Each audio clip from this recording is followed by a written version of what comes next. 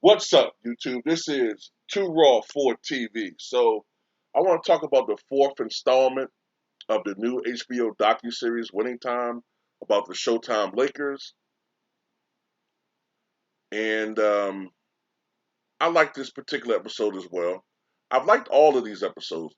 I think the only episode that I thought was a little, I wouldn't even say it was weak, but the second episode I didn't like as much as the other ones. But I'm loving this series. And I love this series because it's entertainment, but because I'm very familiar with the history of the Lakers organization and the history of the NBA.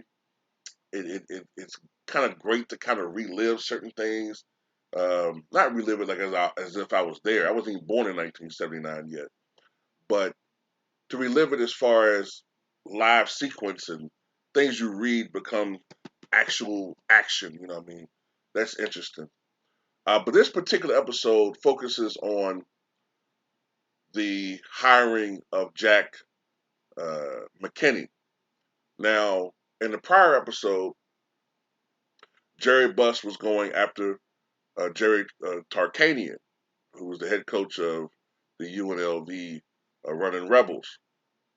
But after the murder of his longtime friend, associate, and agent, uh, he backed up. He backed away. He backed away from being the head coach of the Lakers, and then Jerry Buss, under the suggestion of Jerry West, who was the outgoing head coach but felt compelled to look for a replacement, suggested Jack McKinney. He was very enthralled and impressed with Jack McKinney's offensive schemes.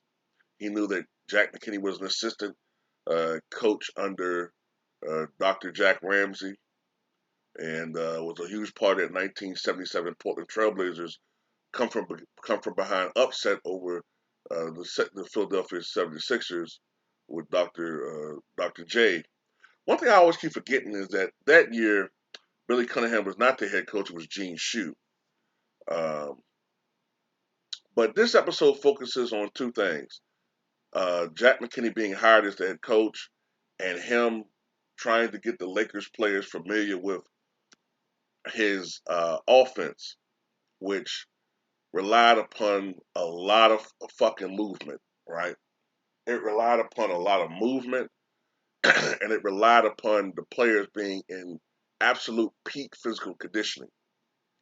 And this was beginning to rub some of the players the wrong way. Also, one particular player seemed to have not only an issue with the offense and Jack McKinney, but he had an issue with Magic Johnson, you know. And I couldn't quite tell who that was, that player. I thought it might have been Adrian Dantley, but Dantley's not that fucking dark, nor was he that stocky. But I don't know. I have to look at the next episode to make sure who that is. But I do know that from a historical reference, Adrian Dantley was drafted by the Buffalo Braves. I think it was 1976-77 season, and he was rookie of the year, but he was traded. He's the only rookie of the year that I can recollect that was traded after winning an award. He went to the Lakers, played there for about a year and a half or so, or 2 years, and then he was traded. But I'm not sure if that's Dantley. But anyway, that's one part of the episode that the players push back against, uh, that offense and the domineering style, the intensity of Coach Jack McKinney. And the other flip side of the episode is,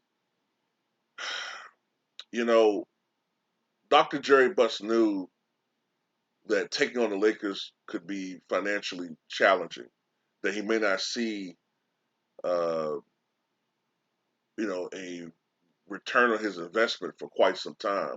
But what he didn't know at the time when he made that deal with Jack Kent Cook to buy the team is that he inherited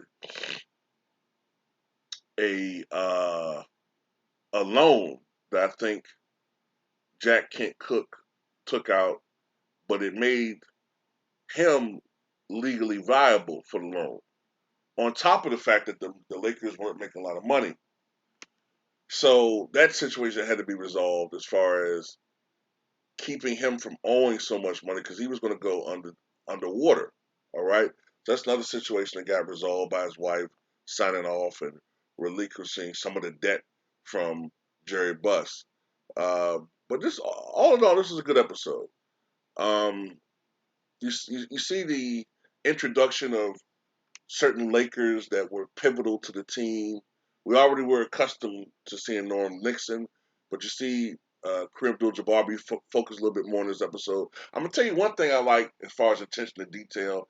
I'm glad they got his ball spot. They got his ball spot down. So I'm like, okay, they really gonna get this shit down. Because by 79, 80, he had the fro, but Mother Nature was starting to eat away at it. That's one thing I always noticed from looking at Kareem. About 78, 79, yeah, that ball spot started coming in. But seriously note though, they also introduced Michael Cooper, who was a huge part of Showtime Lakers in the 1980s. And you know, once again, man, I love this episode. Most people that I've interacted with said they like this show, and tell me what you guys think.